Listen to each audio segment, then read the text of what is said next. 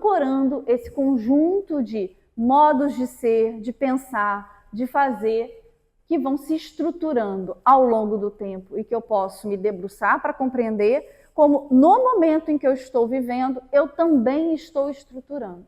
Aí a gente fala, dentro de toda essa discussão sobre o aprendizado de pacientes em função do adoecimento crônico, do trabalho de se manter vivo. E dentro desse trabalho de se manter vivo, a gente pode, já existem estudos que já identificaram alguns tipos de aprendizado que são desenvolvidos e adquiridos ao longo do tempo, seja no movimento do resultado, seja do processo. Então, a elaboração de uma nova hierarquia de prioridades, que eu não tinha antes e que agora eu preciso começar a desenvolver. A identificação da ritmicidade dos sintomas e como que eles aparecem em termos de intensidade e como eles se manifestam. Então, eu começo a identificar como que isso se expressa no meu corpo.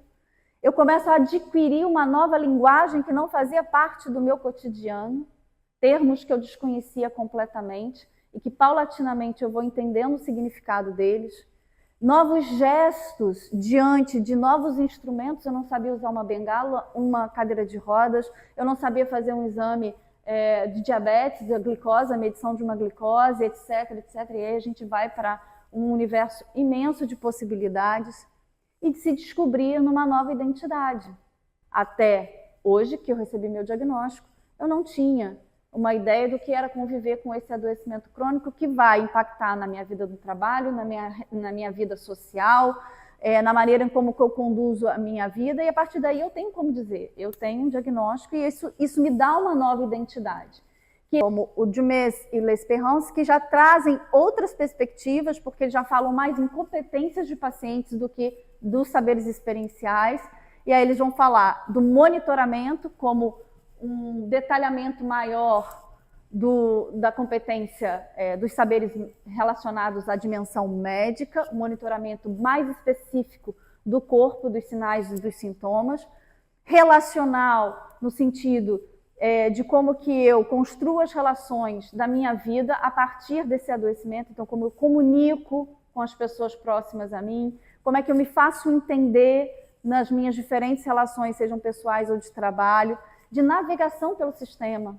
Muitas das vezes o paciente sabe caminhar pelo sistema de saúde melhor do que nós como profissionais, que conhecemos muito a nossa parte dentro do sistema, mas como que se navega e o que se enfrenta nessa navegação também é uma competência desenvolvida pelos pacientes. E também cultural, né? Como é que eu me aproprio de códigos culturais que fazem parte da dimensão desse adoecimento e que eram desconhecidos para mim.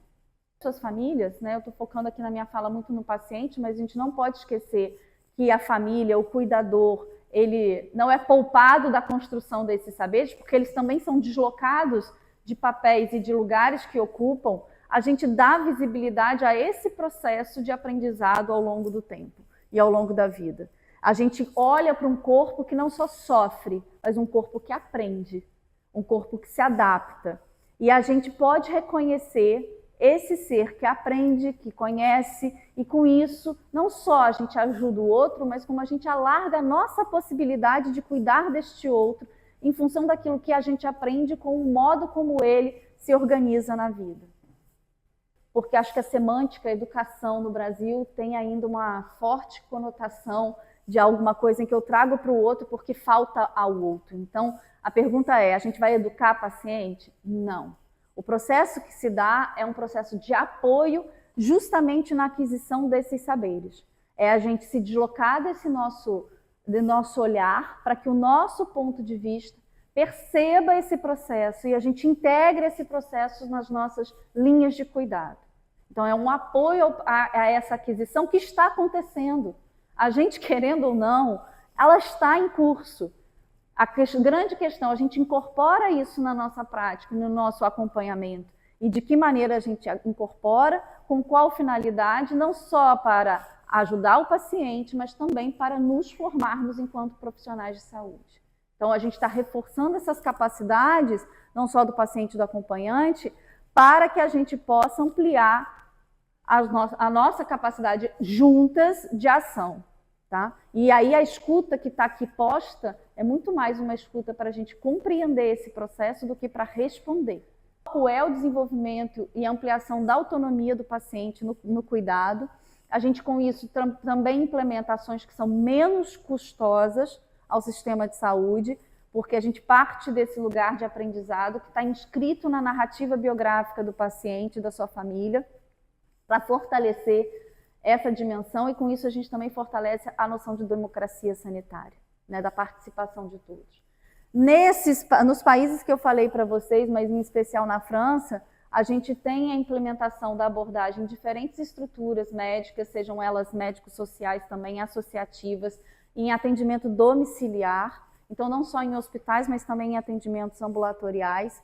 Do ponto de vista prático, ela se estrutura em 4 grandes etapas. A gente tem um primeiro momento que é chamado de balanço educativo, e esse balanço educativo é justamente um primeiro encontro com o paciente que decide se integrar num programa de educação terapêutica, e nele a gente vai compreender, através do desenvolvimento dessa escuta compreensiva, que história ele conta, e a partir dessa história que ele conta com o adoecimento, o que ele aprendeu.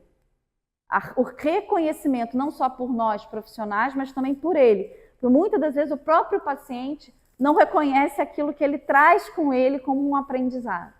A partir daí a gente vai definir uma direção a seguir. Né? O que ele gostaria de aprender e continuar desenvolvendo, como nós podemos apoiar esse processo. Então tem alguns programas de educação terapêutica que vão organizar ateliês com outros pacientes mediados pelos profissionais. Tem alguns programas que vão trabalhar em sessões individuais, depende muito da patologia e do perfil de pacientes atendidos. Não vai dar tempo, mas a gente tem resultados muito positivos em relação à abordagem, né, como melhoras de desfechos clínicos, apoio ao paciente, mudança na perspectiva de atendimento. Então a gente está muito mais numa perspectiva horizontal de co-construção, mas eu não queria focar muito nisso por conta do tempo, que é um pouco curto, mas responder a uma provocação que o Dr. Douglas nos fez na reunião que nós tivemos preparatória, que ele trouxe para mim assim, mas quais seriam as questões de pesquisa que a gente poderia derivar a partir dessa abordagem? Então aqui eu trouxe algumas perspectivas do que a gente pode desenvolver em termos de conhecimento quando a gente começa a olhar para essa dimensão invisibilizada. Então, como se constrói a trajetória de vida de pessoas diagnosticadas com NMO e como é que elas desenvolvem esses aprendizados experienciais e como que elas não só desenvolvem, mas como elas mobilizam isso no cotidiano. Que experiências favorecem ou dificultam a construção dessas competências de autogestão? Em que situações o saber experiencial do paciente contribui para as decisões clínicas? Porque a gente tem indicadores que mostram que os resultados clínicos a gente diminui em alguns meses. Quando eu fui a Salvador trazer uma formação que eu já desenvolvo na França, de acompanhamento educativo em saúde, né? E a partir daí a gente já tem um projeto que já está em vias de ser enviado para o Comitê de Ética, em que o nosso interesse é justamente investigar como se constrói essa trajetória de vida das pessoas com diagnósticos de NMO e como é que esses saberes experienciais são desenvolvidos. Então, o projeto já está pronto, então é outra frente de pesquisa que o científico da BNMO está lutando para colocar em prática com esse foco. Aqui já um foco mais qualitativo, vocês podem ver que em termos de abordagens metodológicas, a gente está falando de fenomenologia e abordagem narrativa, então é um convite de uma triangulação que eu acho que vai ser muito interessante em estudos futuros. Então a gente espera que em 2026, esse projeto que já está pronto, já está totalmente redondinho, a gente consiga avançar nas etapas do Comitê de Ética.